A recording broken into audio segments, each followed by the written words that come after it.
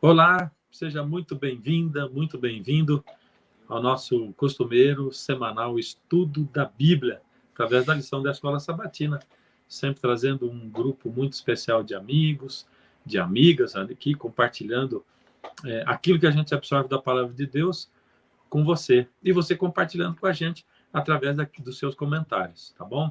Obrigado aí pela sua fidelidade, se você já assiste. E se você está pela primeira vez, eu espero que você continue bastante, compartilhe com outros aí também o nosso link. Gente, o nosso grupo de hoje são os meus amigos, né? Demival, Josué e Hélio, que a formação dos Arautos do Rei de 91, 92, 93. É isso aí, Hélio? Isso aí, a 15ª formação, a única em que todos eram pastores. Não houve uma antes e uma depois. Mas está faltando gente ainda aí, né? Está faltando o Erlo Brown, né? E o Williams. Isso mesmo. Mas tá bom, eles vão aparecer em outras lições também. E aí nós vamos ter, durante o trimestre, o grupo todo, né? Gente, estamos estudando uma lição nova, um assunto novo, vida, morte e eternidade. E chegamos agora na lição número 5, ressurreições anteriores à cruz. É isso que nós vamos estudar. Eu vou pedir para o Demival introduzir a gente com uma oração, por favor, Demival. Senhor nosso Pai, nós te agradecemos pela vida, te agradecemos pela salvação em Cristo e agora te agradecemos o privilégio de podermos estudar ou recapitular essa lição maravilhosa acerca da ressurreição. E nessa semana nós tivemos a oportunidade de reavivar nossa fé, nossa esperança de que um dia o Senhor irá chamar para a vida todos aqueles que descansaram na sepultura. Pai, dá-nos mais fé, mais confiança em Ti, e que nós possamos ser fortalecidos agora nesse estudo, recebendo a sabedoria do Teu Santo Espírito, em nome de Jesus. Amém. Amém. Amém. Maravilha. A lição, então, número 5, como eu falei, ressurreições antes da cruz, anteriores à cruz. Será que a gente poderia chamar isso aqui de cheque pré-datado? O que é que vocês acham? De certa forma, é mesmo. Acho que tem gente assistindo que não sabe o que é cheque pré-datado. Não sabe nem o que é cheque, né? Verdade, José. Sabe, pastor Fernando, eu estava vendo aqui e lembrei da expressão primogênito. A Bíblia diz que Jesus é o primogênito dentre os mortos, né? E primogênito é aquele que nasceu primeiro, mas, na verdade, essa é uma expressão que tem uma amplitude maior. Jesus não foi o primeiro a ressurgir dos mortos, mas foi a figura mais importante. Foi a figura mais importante. Então, antes que ele ressuscite, a gente tem uma porção de gente ressuscitando, porque no plano divino é certo, ou é certa a vitória de Cristo sobre o pecado, sobre o mal e sobre a morte. Essas ressurreições aqui, elas aquecem o meu coração em relação à volta de Jesus, sabe? A segunda vinda dele, né? Porque o fato de ele ter ressuscitado pessoas antes dele morrer, ou seja, antes dele pagar o preço do pecado, né? E isso não ser considerado injustiça, né? Porque ele ainda não tinha pago o preço, isso demonstra a completa segurança, né? Que nós, seres humanos, podemos ter em Deus, porque ele não falha. A parte difícil, a mais difícil, se é que nós podemos chamar assim, né? Do plano da redenção, que era Jesus vir e morrer, ele cumpriu. E ele tinha tanta certeza disso, não havia dúvida nenhuma, que ele ressuscitou pessoas antes da sua vida. Depois ele veio, morreu, ressuscitou também, e agora a segunda vinda dele. Não tem como duvidar disso. Isso mostra para mim que não tem como duvidar de que o Senhor virá para nos buscar de novo. Esse mesmo Senhor que veio e se manifestou. Mas como é Deus? Como vai ser lá a eternidade? Como vai ser o céu? Será que eu vou gostar daquilo? Bom, lê Jesus dos Evangelhos e pergunta para você mesmo se você gostaria de conviver com essa pessoa, Jesus, né? e com pessoas que se parecem com ele. E aí você vai ter a resposta, né? Essa pessoa, Jesus, que esteve aqui, ele vem para nos buscar. Fernando, a lição apresenta aqui o primeiro a ser ressuscitado, dentre esses que foram ressuscitados antes da ressurreição de Jesus, né? Moisés. E eu parei para ficar pensando aqui, até esse momento, ninguém havia sido ressuscitado. A morte, ela imperava, ela reinava no mundo, desde Abel, né, até esse momento, as pessoas morrendo, e nunca havia havido esse momento da ressurreição. E eu quero acreditar que o próprio Satanás, ele não tinha essa ideia, né, da ressurreição. Ele não sabia como que as coisas iriam acontecer, ou deveriam acontecer, ou se iriam acontecer. E aí a gente percebe que Deus, ele tem o controle de todas as coisas e ele sabe quando é que as coisas devem acontecer, de que maneira, em que momento. E na lição de domingo, que apresenta essa questão da ressurreição de Moisés, Moisés ele vai, sobe ao monte e ele morre completamente sozinho, mas com um olhar de esperança para o futuro, né? E Jesus e os anjos o sepultam. E passados não sei quanto tempo, Jesus e os anjos vêm para ressuscitá-lo, né? Judas 9 apresenta isso, que havia uma disputa sobre a questão do corpo de Jesus, né? Porque se Satanás é o rei do império da morte, né?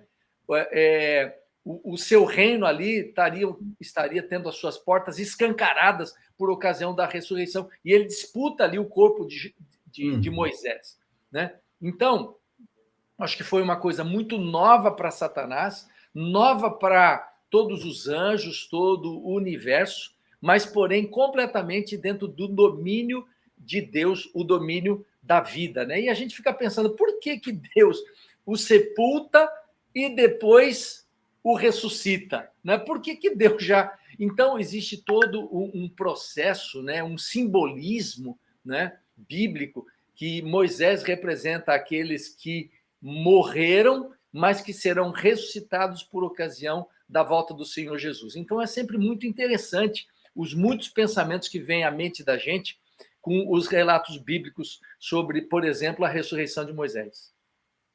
É muito emblemático mesmo, Josué e colegas, irmãos queridos, que não há registro de que Satanás tenha se interposto contra a transladação de Enoque, por exemplo. Não há registro.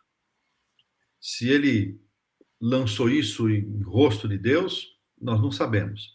Mas ele vai disputar o corpo de Moisés. E a lição aproveita para tocar, não profundamente, mas ela passa pelo assunto da vida após a morte. Na introdução, ela menciona claramente que em nenhum desses relatos das ressurreições que ocorreram antes da cruz e mesmo as que ocorreram depois, em nenhum momento existe qualquer registro de alguma experiência de vida após a morte. Então, é uma demarcação que a lição faz. Agora, a disputa pelo corpo de Moisés, e lá na lição 1, o pastor Dermival, que comentou sobre Apocalipse 12, sobre o arcanjo Miguel, e também sobre Judas 9, ele nos lembrou dessa disputa. E o Josué falando, parece que houve até uma espécie assim de uma postura estranha de Deus quando ele mostrou a nova terra para Moisés. Então é como você fosse levar uma criança para uma vitrine de doces, de sorvete, e depois é só para ver, não é para desfrutar em nada. Só que nunca Deus falou para Moisés o que ele estava reservando para Moisés. Isso também tem uma lição profunda para nós. Muitas vezes nós achamos que estamos limitados limitamos um Deus, limitamos as ações de Deus por nossas compreensões. Deus tinha algo muito melhor para Moisés do que entrar naquela terra, na terra prometida. E esta disputa, porque Ellen White usou uma expressão aqui em Patriarcas e Profetas, Satanás foi despojado da sua presa.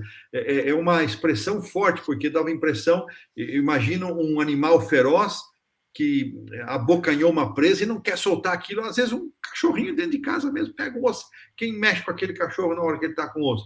Deus despojou Satanás, ou seja, a morte, Satanás não teria mais domínio sobre a morte, era temporário, né? Então é muito emblemática, muito significativa essa ressurreição de Moisés. E realmente, como disse o Fernandinho, é um cheque pré-datado. Eu fico pensando o significado disso para as gerações futuras, para os séculos posteriores, né? Saber que Deus havia ressuscitado alguém, isso traz esperança para nós e isso também nos enche de esperança, olhando para aquilo que Deus ainda vai fazer por nós por ocasião da sua segunda vinda. Mas é muito emblemático também como Jesus depois vai ser consolado, né? No Getsemane, como que Moisés está lá, né? Moisés e Elias estão lá para consolar Jesus ou para mostrar para Jesus, apontar para Jesus aquilo que deveria acontecer. Então, essa ressurreição de Moisés, ela foi, como José disse, né? Por que Deus deixou morrer para depois ressuscitar? A gente não consegue entender os aspectos todos, né? Mas para quando a gente olha ali para Moisés consolando Jesus, representando aqueles que já morreram e aquilo que iria acontecer com Jesus logo em seguida, né? Ele morrendo e ressuscitando pelo seu próprio poder, indicando que todos seriam ressuscitados.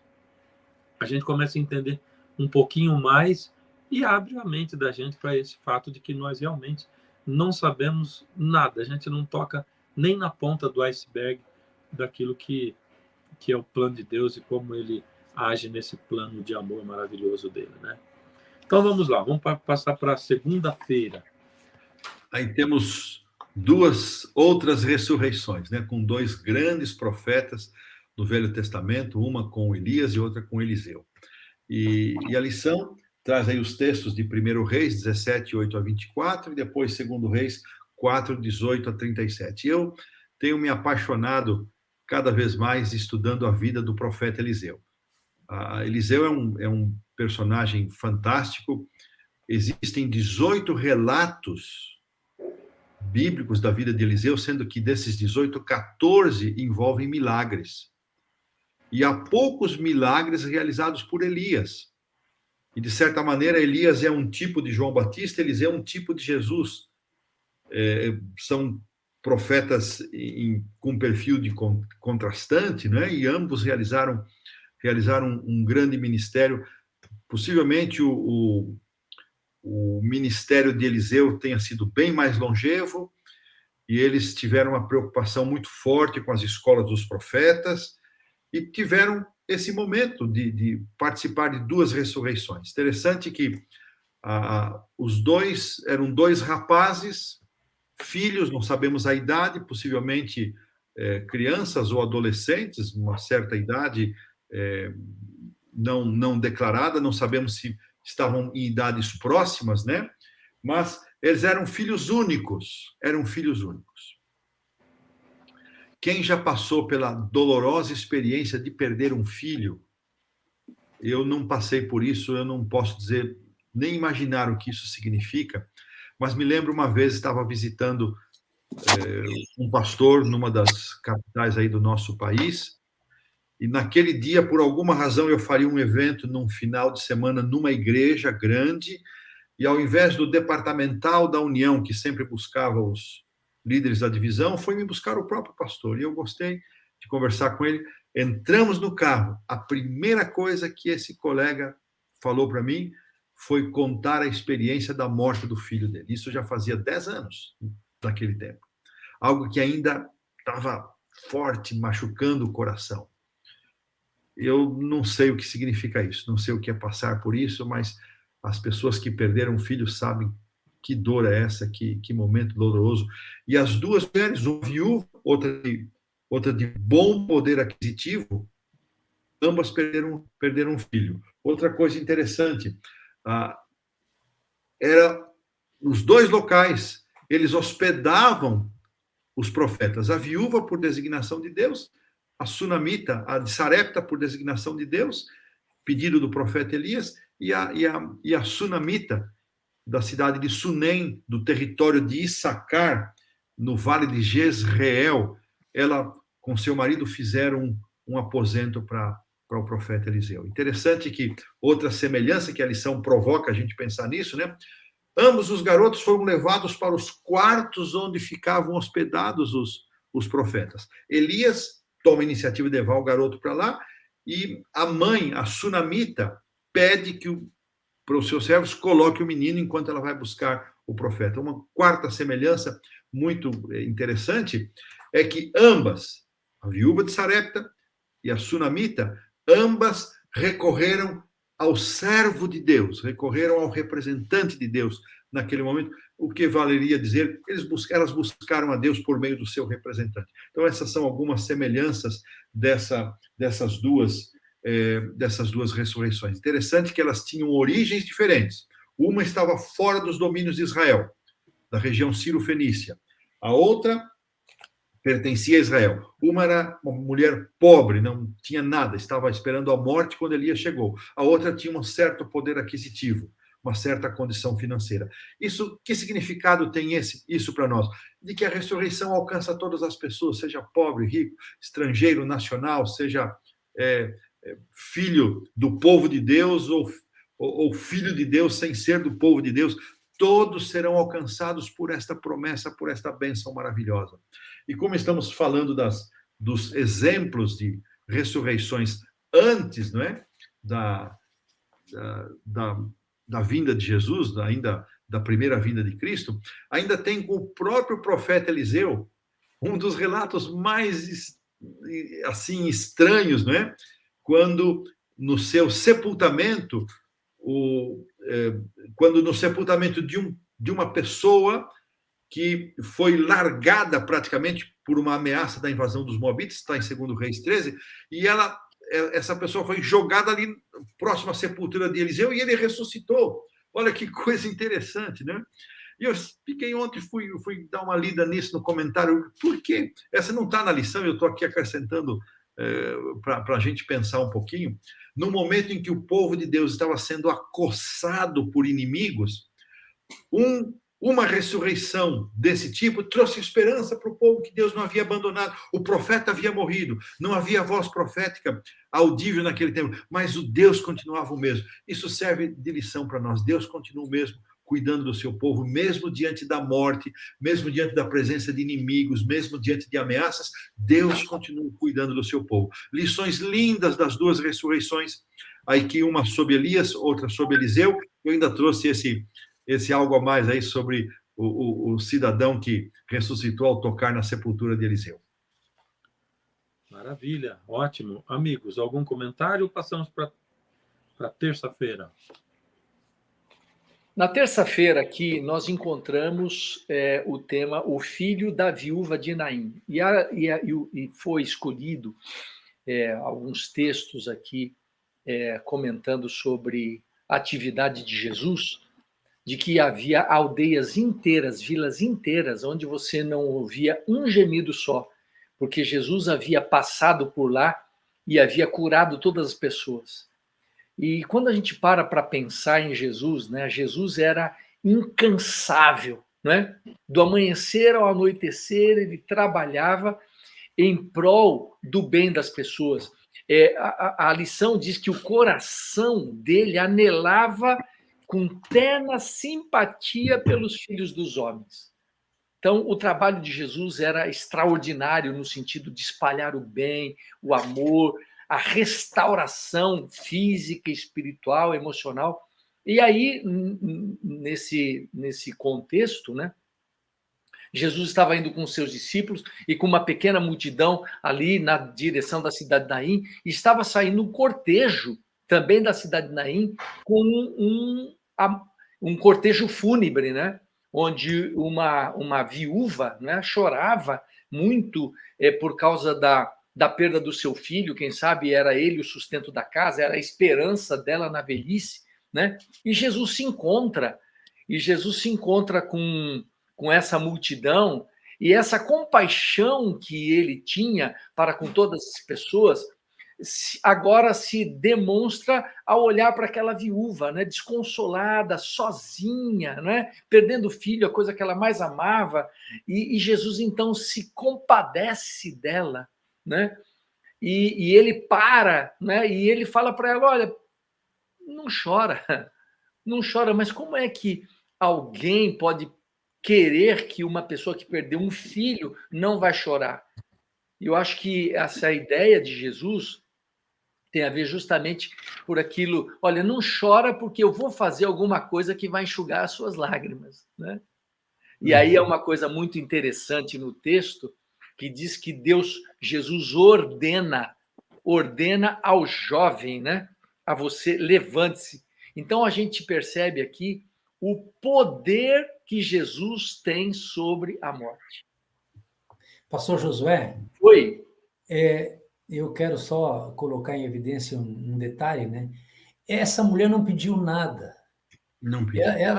Às vezes a gente está assim também, a gente está tão absorto em meio aos problemas, em meio às dificuldades, que a gente acaba esquecendo de buscar ajuda, de buscar orientação, dependendo do problema que seja, né? Ela não pediu nada. Então a gente tem aqui a manifestação voluntária de Jesus, né? Aquela manifestação de sensibilidade em prol daquela mulher. A mesma coisa que ele faz com respeito a nós. Ele vê as nossas necessidades, ele se antecipa, ele vai até nós para nos socorrer. Que Deus maravilhoso, que ser sensível e misericordioso é o que temos. Pois é, e isso deveria animar o coração de todas as pessoas, né? Que às vezes se sentem indignas, né? Incapazes de receber ou merecer um favor de Deus. O olhar compassivo, cheio de compaixão de Deus, está em todos os lugares para atender todas as pessoas em todas as situações. E eu me lembro de uma música que a Regina Mota gravou, né, sobre a viúva de Naim, a ressurreição do filho dela, em que diz assim: espera em mim, espera em mim. Acabei de esquecer o resto da letra. Pois a morte não resiste. Pois a morte não resiste ao Rei da vida, espera em mim. Então, essa mensagem de que Jesus ele é capaz, né, de tornar as coisas mais tristes em coisas surpreendentemente alegres, né? Isso é uma verdade quando a gente olha para Jesus aqui nesse fato. Então, nós somos chamados a esperar nele. Então, você que está nos ouvindo, nos acompanhando aí na lição da Escola Sabatina, você está sendo chamado a esperar no Senhor, não importa a situação em que você esteja vivendo. Jesus tem compaixão de você, Jesus olha para você com amor, Jesus entende as suas lutas e pode ter a certeza de que ele está trabalhando para minorar os seus sofrimentos, para aliviar você, para abrir uma porta para você e fazer, quem sabe, muito além daquilo que você imagina. E aquela mulher não esperava naquele dia ter essa surpresa tão maravilhosa que era ter o seu filho de volta. E isso lança luz para o futuro, né? Quando todos os pais, não é, que tiveram seus filhos mortos, né, e creram no Senhor, terão um reencontro. Louvado seja o nome do Senhor Jesus por isso. Amém. Ô, Josué, Amém. Eu achei interessante, Dermival,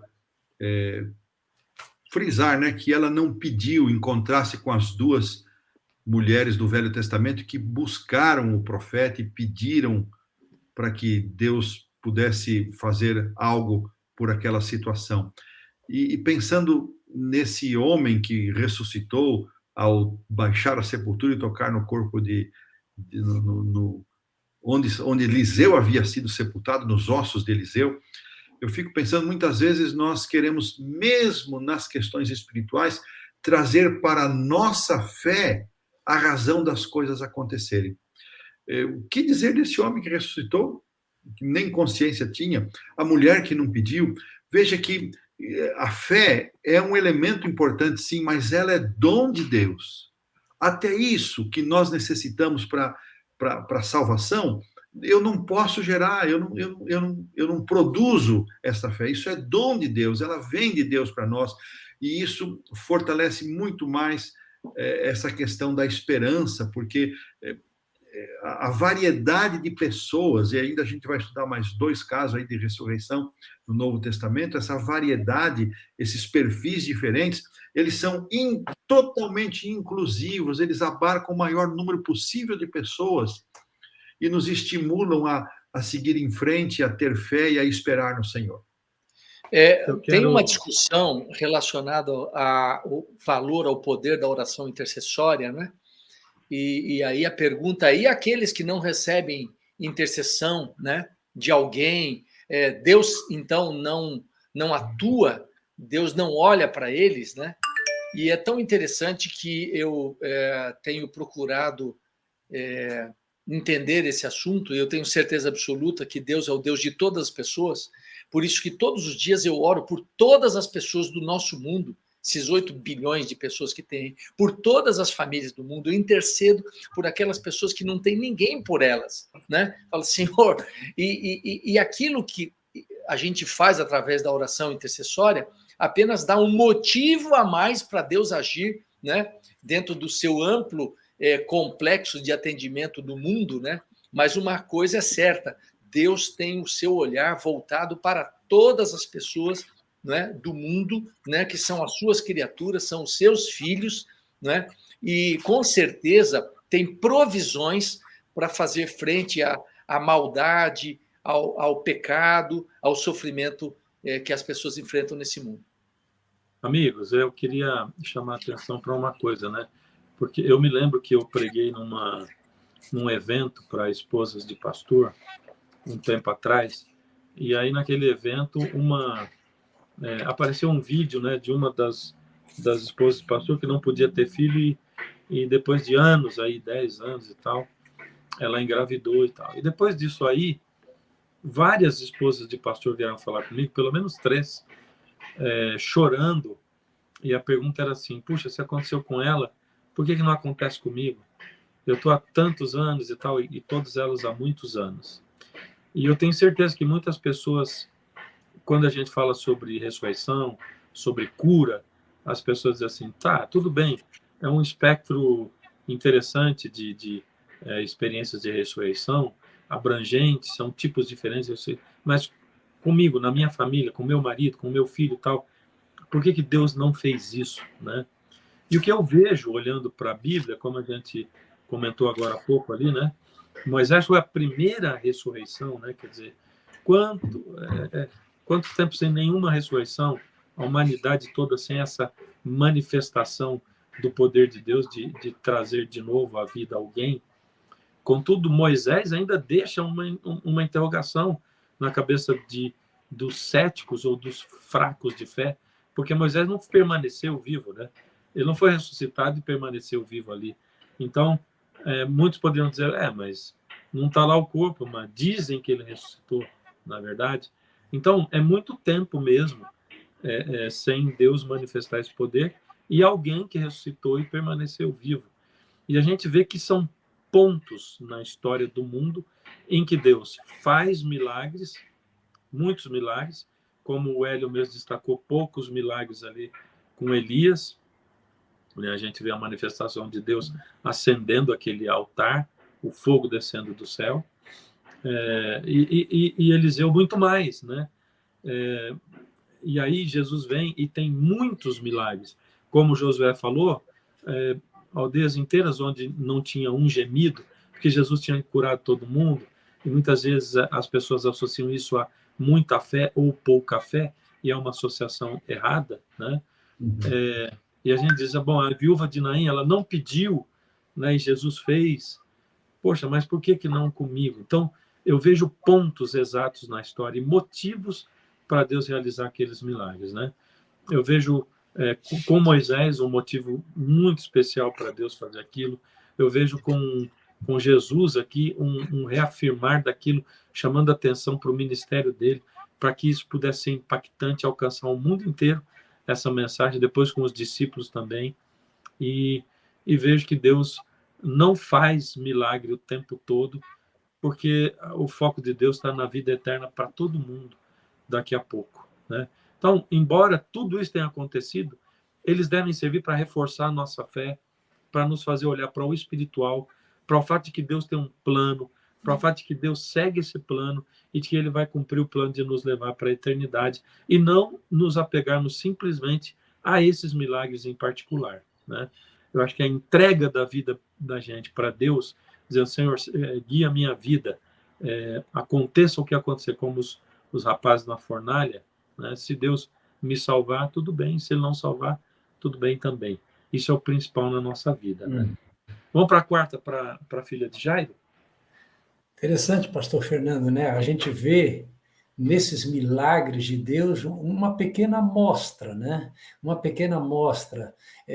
São as primícias, de certa maneira, são as primícias daquilo que vai acontecer em grande, né? E em definitiva quantidade no final dos tempos, a ressurreição do povo de Deus. Mas ao olhar para agora o caso da ressurreição da filha de Jairo, a gente pode voltar atrás e descobrir alguma coisa interessante, porque a ressurreição ela é feita de maneira aleatória, e eu vou explicar em que sentido. Nós temos uma mulher pobre, a viúva de Sarepta, não tinha nem comida mais, ela estava esperando a morte, ela mesma falou para Elias, e dela um filho é ressuscitado. Aí nós temos aí também outras ressurreições, e uma delas ocorre com aquele que é chefe de uma sinagoga. Então, pode ser uma pessoa bem pobre, pode ser do território de Israel, como era a sunamita, e pode ser também fora do território de Israel, como o que aconteceu com o filho da viúva de Sarepta. Então, não importa a raça, não importa a classe social, não importa nada. A ressurreição ocorre, eu diria assim, de maneira aleatória, mas essa é só uma figura de expressão, para mostrar que a ressurreição está disponível para todas as pessoas, de todas as classes, de todas as raças do mundo inteiro. Isso é interessante. E aqui nós temos a ressurreição da filha de Jairo, quer dizer, há um pedido, o pedido é feito para Jesus para a ressurreição daquela garota, né? E a gente vê no texto bíblico aqui, a gente vê nesse texto bíblico que para Jesus a morte é como um sono. Se nós olharmos isso, nós temos no Novo Testamento, aí por volta de 50 vezes, essa referência de que a morte é apenas um sono. Ou seja, se é sono, dá para acordar. Essa é a boa nova do Evangelho com respeito à morte. A morte é como um sono, né? A morte é como um sono. E eu quero destacar um outro ponto importante na ressurreição desta menina, porque Jesus disse para aquele homem, né? Quando alguém chegou e disse, olha, ela já está morta, não incomoda mais o mestre. Jesus disse para ele o seguinte, não temas, creia, creia. Que mensagem bonita para um homem que estava sofrendo, né? No limite da vida. E quando nós estamos no limite de nossa existência, diante de um grave problema, de um problema insolúvel, a gente tende à descrença. A gente não tem mais a que recorrer, a gente duvida. E Jesus simplesmente diz para aquele homem, creia, creia. Há em outra ocasião, aquele homem disse, Senhor, ajuda a minha incredulidade. Esse homem não fala nada. Jesus apenas é que diz, creia, tão somente creia, não duvide, né? Não duvide. E algumas pessoas estavam zombando, ridicularizando Jesus, dizendo, ela está morta. Jesus disse, ela está dormindo. Ela está morta, né? Zombaram de Jesus, né? Riram dele. E essa não é a única ocasião em que as pessoas riem de Jesus, zombam dele, porque duvidam, porque não creem, né? Mas ele tem as chaves da morte, ele tem as chaves da sepultura. A lição é essa, a morte não tem a última palavra. A morte, ela não é definitiva e absoluta e nem irreversível. Em Jesus, nós temos a certeza de que há uma esperança, uma viva esperança, como diz o apóstolo Pedro em sua primeira carta, capítulo 1, verso 3. Há uma viva esperança. Então, nessa história da filha de Jairo, nós vemos aqui o triunfo de Jesus, mais um triunfo de Jesus sobre a morte. Nós não precisamos duvidar, precisamos fazer aquilo que Jesus disse para aquele homem, para o chefe da sinagoga. Precisamos crer. Vamos passar então para quinta-feira, a ressurreição de Lázaro. Bom, essa foi possivelmente a mais emblemática ressurreição que Jesus realizou, comparando com o filho da viúva de Naim e também com a menina de Jairo.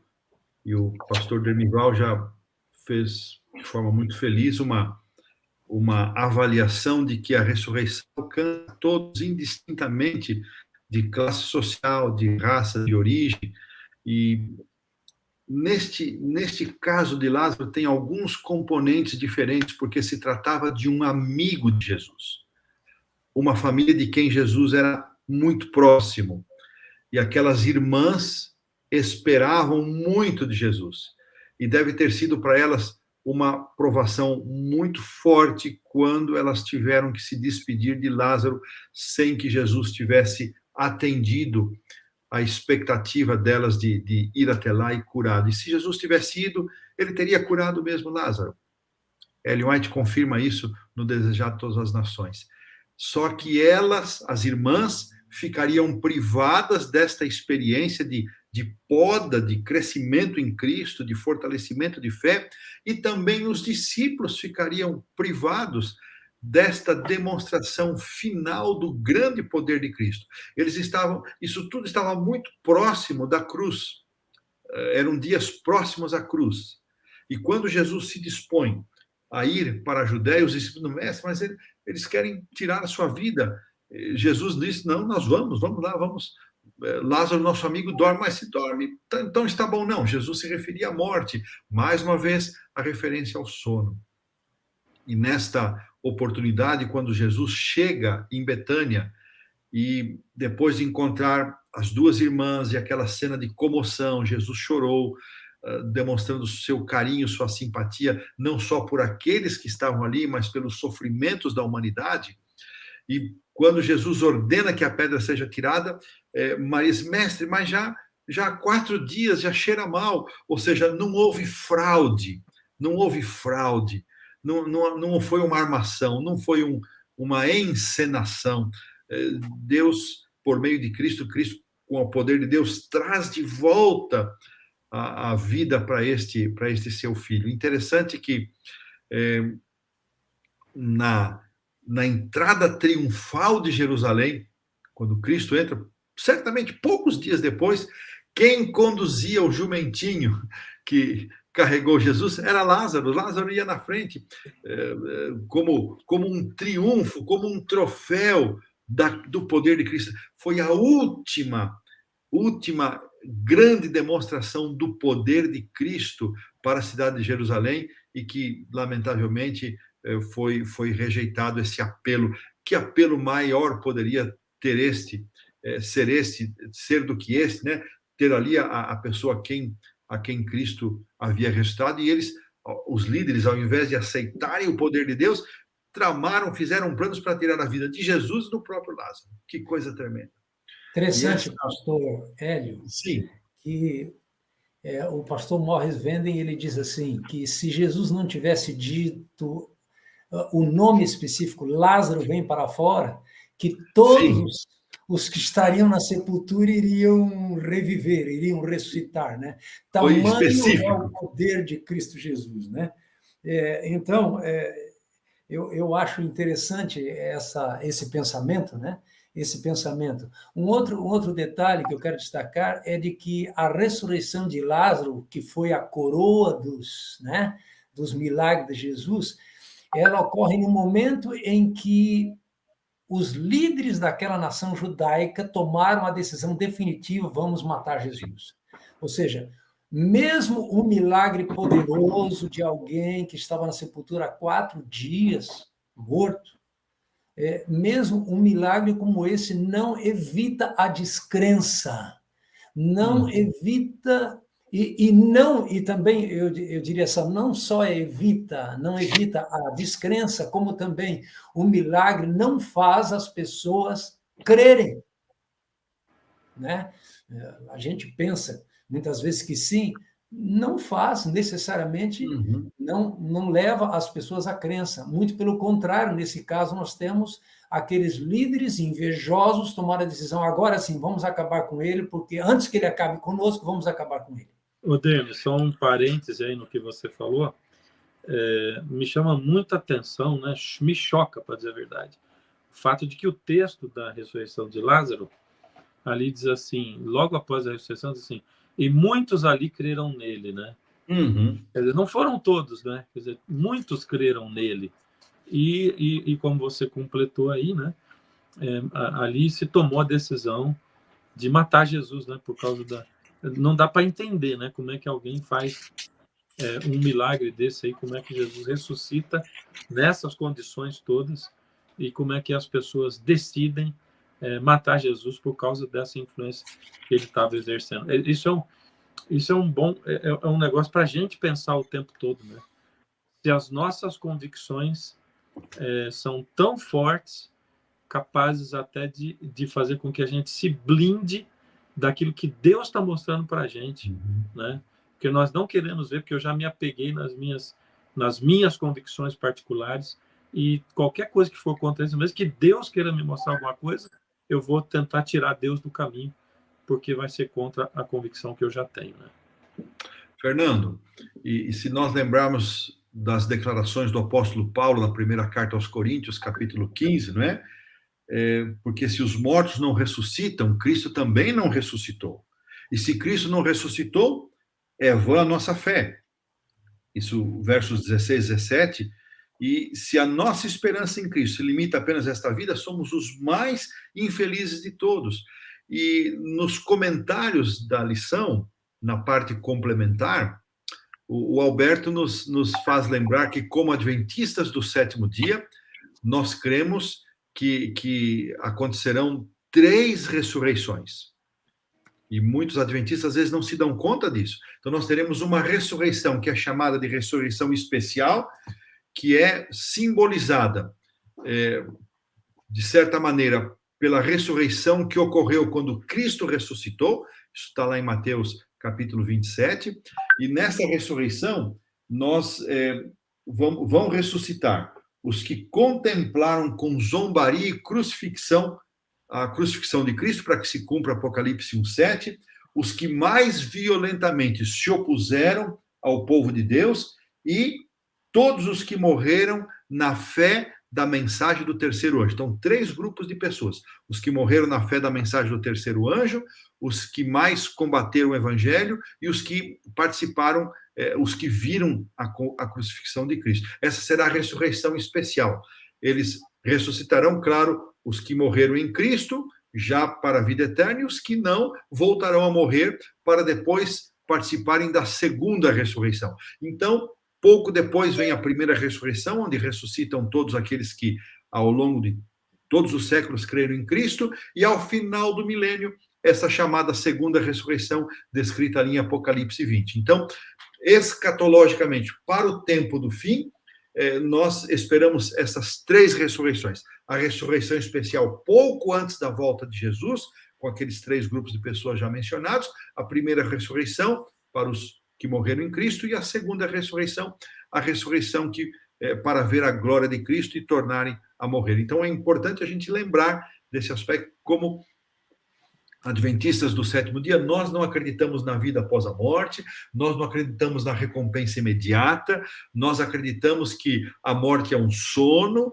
repousaremos, e por ocasião da volta do Senhor Jesus em glória e majestade, conforme os muitos textos, nós então ressuscitaremos e nos uniremos com um corpo transformado aos que não passarão pela morte, também serão transformados, vamos subir ao céu morrerão os ímpios, 1000 anos depois ressuscitarão. Então, não esqueçamos dessa ressurreição especial, que muitas pessoas ou não sabem, ou às vezes confundem o motivo e a razão. E tanto a ressurreição de Lázaro, Alberto faz essa relação nessa parte complementar, quanto a ressurreição desse grupo especial, por ocasião da ressurreição de Jesus, apontam para esse momento. E é impressionante nós pensarmos, Jesus tinha muito mais a oferecer para Marta e Maria do que a cura de Lázaro. Para os discípulos também foi um grande fortalecimento de fé para os discípulos, para que eles pudessem lidar com os acontecimentos que estavam por vir, a morte de Cristo e depois a ascensão de Cristo, de maneira mais confortada, mais firme no Senhor. E mesmo assim eles ainda titubearam, passaram por que passaram, mas depois voltaram a reconhecer a grandeza de Deus. Lições preciosas desta ressurreição. Amigos, a gente está aqui com um tempinho. Eu queria fazer uma pergunta. Eu fiquei pensando aqui se seria relevante ou não, né? Mas se não for, depois vocês não digam nada. Se for, vocês digam que foi. Mas, com certeza, você já orou pedindo a Deus a cura de alguém, não orou? Né? Acho que todos nós oramos, né? Aí a pergunta é assim, você já orou pedindo a Deus a ressurreição de alguém? É uma curiosidade, não estou dizendo que isso esteja certo ou errado, mas você já orou pedindo a ressurreição de alguém? Não sei se alguém de vocês quer se manifestar. Se não quiser, não tem problema. Oi? Fernandinho, algumas vezes nós somos chamados a interceder e orar por pessoas enfermas, fazemos unção, e quantas vezes nós já pedimos a Deus que, se fosse da vontade dele, que essa pessoa fosse curada. Eu nunca vi alguém que, em resultado de uma oração numa situação extrema de enfermidade, recebesse a cura. E sabe que isso foi para mim uma poderosa lição ao longo do meu ministério, não de questionar a Deus, nem de duvidar dele, mas de refletir sobre os planos do Senhor maiores do que eu naquele momento podia enxergar para aquela pessoa, como eram maiores para Moisés quando ele morreu. Parecia até um sarcasmo de Deus mostrar a terra prometida e depois morre, mas Deus sabia que estava reservado. Então, Fernando, me ajudou muito compreender quando a Cleide Borba de Oliveira, que trabalhou comigo lá no NASP por muitos anos, e ela faleceu pouco depois de eu ter saído do NASP. Trabalhamos 8 anos juntos, e eu a visitei no Hospital do Câncer, e rimos e choramos juntos. E naquele momento, Deus me deu uma palavra que eu nunca havia pensado e não havia preparado para falar para ela, baseada no Salmo 23. E eu nunca havia me apercebido de que sempre depois de um vale escuro e de morte, o verso seguinte é mesa posta. E eu, aquele dia, falei isso para ela sem que eu tivesse preparado isso, estudado ou planejado, e aquilo trouxe paz e conforto. Não importa se essa mesa posta será aqui nesta vida, mas o fato é que sempre, depois de alguém passar por um vale escuro e se chegar à morte, o próximo passo é a mesa posta. Se for só a escuridão das provações, tem mesa posta. Se for a morte, tem mesa posta. A mesa posta pode ser aqui nessa vida ainda, ou pode ser nos portais da eternidade. Então, Fernando, quando eu passei por essa experiência, e eu parece que nem orei pela cura da Cleide, não foi orar por a cura dela, eu fui curado naquele dia, Fernando. Eu fui curado naquele dia, naquele quarto do Hospital do Câncer. Eu fui curado de perceber que Deus tem uma mesa posta, não importa. Então, Fernando, eu nunca orei pela ressurreição de ninguém. E as poucas vezes que orei pela cura de um doente terminal, essa oração minha não foi atendida. E isso me frustrou por muitos anos. Mas você vai amadurecendo, ampliando as compreensões, e quando, nesse dia, com a Cleide Borba, para mim, a compreensão amadureceu de uma tal maneira, e eu não tenho vergonha nenhuma de dizer isso que eu estou dizendo para vocês aqui. Não me sinto menos pastor ou menos filho de Deus porque, por minha intercessão, alguém não tenha chegado à cura de uma doença terminal, e também nunca fiz este pedido por uma ressurreição, Fernando. Maravilha. Bom, eu gostei muito disso que você falou, né? Sempre, depois do Vale da Sombra da Morte, né, tem uma mesa posta. Essa é a nossa certeza. Amigos, às vezes não é aqui, né, Fernando? Às vezes não é aqui, mas tem mesa posta. Ou aqui ou na eternidade tem uma mesa posta. Sim, porque nós vemos, por exemplo, Jesus ressuscitando Lázaro, mas ele não impediu que João Batista morresse e não o ressuscitou, né? Mas você falou de Moisés, e eu tenho para mim, embora eu procurei no Espírito por você também, não fale isso, né? Mas eu tenho para mim que entre aquelas pessoas que ressuscitaram ali por ocasião da morte de Jesus, né? João Batista estava também. Eu tenho essa convicção também, Fernandinho. Entrou na cidade e foi reconhecido, né? Não temos a mesma autoridade de Paulo, mas eu falo como Paulo. Digo eu, não, Senhor, mas eu tenho essa convicção. Fico pensando, às vezes, no Isaías, que morreu cerrado ao meio, tudo leva a crer que sim, né? Esses homens de Deus que no passado pagaram com a própria vida. Eu tenho essa convicção também. Chegou o dia da mesa posta para eles, Fernando. Chegou o dia da mesa posta, né? E essa é a maior convicção, maior alegria. Talvez aqui, para muitos, Fernando, tem muita gente que a vida é um eterno vale escuro. Acontece, nós não sabemos explicar por quê, entender por quê, mas tem mesa posta para essas pessoas também. Tem a mesa posta aí. E quando nós lembramos de Jeremias 31, 15 a 17, né, a comparação de Raquel chorando e sendo consolada, porque os filhos voltarão do cativeiro, essa é uma aplicação que Ellen White faz, essa é uma promessa para aqueles que morreram em Cristo, que foram levados pelo inimigo para o terreno do inimigo, que é o cemitério, é o campo de morte. Os filhos voltarão da terra do inimigo. Não é uma promessa para conversão. Enganadamente, muita gente usa um texto fake aí de Ellen White. Ela nunca escreveu isso. Não tem essa. Mas esta é verdadeira. Isso ela escreveu. Que, por ocasião, então, da volta de Cristo, esses filhos voltarão. Ou seja, é a ressurreição daqueles que morreram em Cristo. Amém. Amém. Josué, Dermival, querem falar uma frase, uma consideração final para a gente terminar? Eu gostaria de falar para aqueles que estão nos ouvindo, porque nós falamos muito de morte, e morte é sofrimento, né? E eu acredito que tem muita gente que está nos ouvindo, que está enfrentando morte no casamento, morte nas finanças, morte espiritual. E o que nós vimos aqui, através do estudo da Bíblia e da lição, é de que Jesus tem o poder para enfrentar essa morte. Então, e nós somos chamados a crer em Jesus. Então, creia que como Jesus ressuscitou a filha de Jairo, Lázaro, o filho da viúva de Naim, Jesus tem a capacidade de ressuscitar qualquer tipo de morte. Então, se você acha que não tem mais esperança para você, né?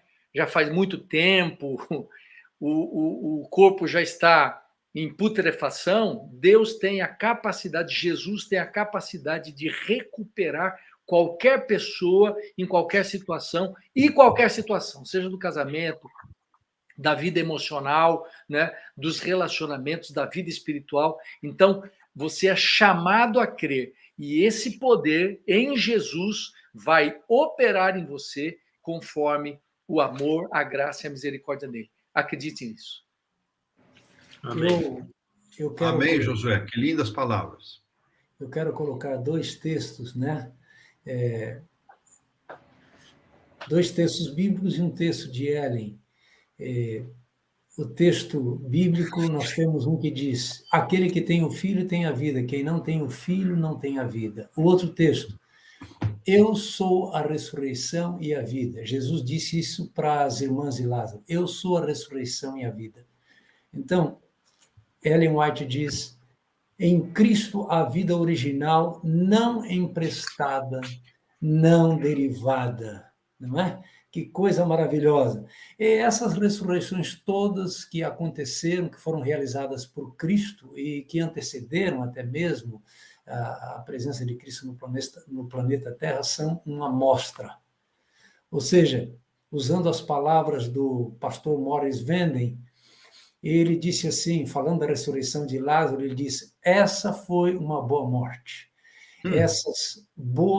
Essa boa morte tinha a ver com essa proposta da ressurreição de Cristo Jesus. Então, a ressurreição de Lázaro, melhor, feita por Cristo. Então, as ressurreições que aconteceram, elas são uma amostra maravilhosa daquilo que ele fará por todos nós, ou por todos aqueles que crerem nele. Porque nele é a vida original. E nossa vida encontra significado na vida dele. Eu quero terminar, eu perguntei para vocês aquilo, né? E eu quero contar um caso ocorrido comigo, né? Eu creio, esse assunto do milagre, de quando Deus age, não age, isso aí me incomoda desde a minha juventude, um assunto que eu me dediquei a estudar e do qual eu gosto e vejo, como eu disse, que Deus, ele é que sabe quando vai agir, quando vai fazer o milagre ou não, segundo os propósitos dele, principalmente para a vida eterna, né? Então eu creio nisso. Não vejo também demérito nenhum, Hélio, quando você diz as intercessões que eu fiz não resultaram em cura, né? Porque muitas das que a gente faz, a maioria não resultam em cura quando casos terminais assim, né? Que é o que a gente gostaria de ver, e não vejo isso como mais fé ou menos fé, como você falou. Mas eu vivi uma situação onde eu me senti impelido a orar por um morto, pela ressurreição dele. Orei sozinho, né? Talvez seja a primeira vez que eu vou dizer isso aqui, né? Mas eu estava na Igreja Central de Curitiba e ali tinha um membro da igreja, o pastor jubilado, pastor Aróvio Moura, uma pessoa maravilhosa, uma família maravilhosa, muito atuante na igreja, um conselheiro meu, uma pessoa jovem assim, muitas vezes encontrava no parque quando eu ia fazer exercício, ele estava lá também, a gente conversava junto, tinha um relacionamento bem forte. E num sábado pela manhã eu estava ali para pregar e o pastor e alguém veio me dizer, olha, vamos orar pelo pastor Haroldo. Ele tinha acabado de apresentar o netinho dele, fez a dedicação do netinho, e ele está passando muito mal, mas é muito mesmo. E aí estava acontecendo aquela parte inicial de cântico e tudo do culto, e eu interrompi o louvor para ir lá orar pelo pastor Haroldo. Não sabia exatamente o que estava acontecendo, mas ele estava sendo atendido por um médico na igreja, enquanto eles chamaram o SAMU. E aí chamei a igreja, nós oramos ali, voltei, e depois de 20 minutos antes de eu ir pregar, aí veio ainda meu ancião e disse assim, ó, ele faleceu, né? Ele faleceu durante o culto, acabou de apresentar o netinho e faleceu durante o culto. E eu preguei com aquela coisa no meu coração, sem falar para a igreja, e no final do culto eu revelei para a igreja, diz assim, pastor Haroldo, ele descansou. E aqui foi dentro da igreja, estava ali ainda, né? O SAMU não tinha retirado ainda o corpo dele. Depois a gente ficou sabendo que durante 20 minutos eles ficaram tentando ressuscitá-lo ali, desfibrilador, e não conseguiram, né? Foram 20 minutos de luta. E aí eu ia ter escola sabatina, depois eu despedi a igreja, pedi para que todos fossem para casa e tal, orassem pela família, e assim foi. E eu fiquei na igreja, e fiquei sozinho naquela igreja, né? E eu fiquei bastante chocado, e eu nunca senti isso, né? Porque eu creio na promessa da ressurreição e não creio que a gente deve estar orando o tempo todo para Deus ressuscitar uma pessoa. Mas eu me senti muito impelido a orar, né? E fui dentro da sala. Ele estava numa sala de reuniões que a gente tinha ali. Naquele momento ele estava sozinho, só tinha o zelador da igreja. Todos já tinham ido. O pessoal do SAMU estava numa outra sala e eu pedi para ficar sozinho com ele e orei. E orei 7 vezes. Orei 7 vezes pedindo a Deus que, se fosse a vontade de Deus, que o ressuscitasse. O que não aconteceu. Não aconteceu. Mas depois eu fui para casa e veio uma mensagem de um jovem da igreja pelo WhatsApp, onde ele estava assim: eu estou muito chocado, estou muito triste, estou muito decepcionado. Não é possível que um pastor ele passe por isso. A gente orou pela cura dele, mas não é possível que ele tenha morrido e ninguém tenha orado pela ressurreição dele. Eu acho que é uma demonstração de fraqueza, é uma demonstração de impotência, de fraqueza espiritual e tal. E foi ali que eu entendi por que Deus colocou no meu coração orar por aquela ressurreição, né? Era um olhar de Deus por aquele jovem, né? E eu disse para ele o que tinha acontecido, né? Falei: sim, foi assim, assim, assim e tal. E ele falou: tá bom, tá bem. Eu fico feliz de que isso tenha acontecido, né? Então, eu senti o desejo de falar, não sei porque veio, né? A gente falando de ressurreição. Deus, naquele momento, ele colocou no meu coração. Não fiz isso nem antes e nem depois disso. E se em algum momento lá pela frente Deus colocar isso no coração, né? E se a gente está mesmo no fim dos tempos, a gente sabe que Deus poderá operar irá operar coisas maravilhosas. A gente tem que estar à disposição. Mas nesse caso, eu tive a certeza clara de que o cuidado de Deus era com o jovem e não com o fato de que ele desejaria ressuscitar aquele amigo querido, né, o pastor Arovel. Então é isso, amigos. Eu quero terminar aqui a nossa lição e eu quero reafirmar as palavras que Josué e os outros colegas disseram, né? A gente precisa viver na certeza de que o Senhor já preparou a solução para a morte. A morte já é aniquilada, ela já é vencida. O nosso inimigo é vencido. E mesmo para que João Batista não tenha ressuscitado logo depois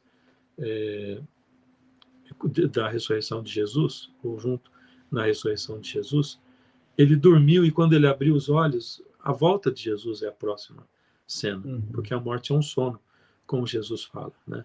Com meu pai vai ser assim, com minha mãe vai ser assim, eu creio, né? Com tantos outros queridos, né? Simplesmente dormiu e ao abrir os olhos, esse tempo de espera não existe. É um tempo de espera que não existe. E o mais bonito de tudo é que a morte já é vencida e a vida eterna é garantida para nós. Amém. É isso. Queridos, muito obrigado pela companhia de vocês, meus amigos aqui, né? A você que assiste a gente também, que o Senhor encha a vida de certeza, de fé, de esperança, e que a gente saia desse estudo sabendo que o Senhor está ao nosso lado e que o Senhor Jesus é o Senhor sobre a vida e sobre a morte também. Logo em seguida, a oração, nós vamos ter, como costumeiramente, o pastor César Reis, que vai falar com os professores de escola sabatina. Então, os professores permaneçam aqui e eu vou pedir que o Josué ore conosco, por favor. Senhor nosso Deus, agradecemos esse momento em que estivemos na sua presença, estudando a sua palavra. Agradecemos porque Jesus é o Rei da vida e porque diante dele a morte não tem poder.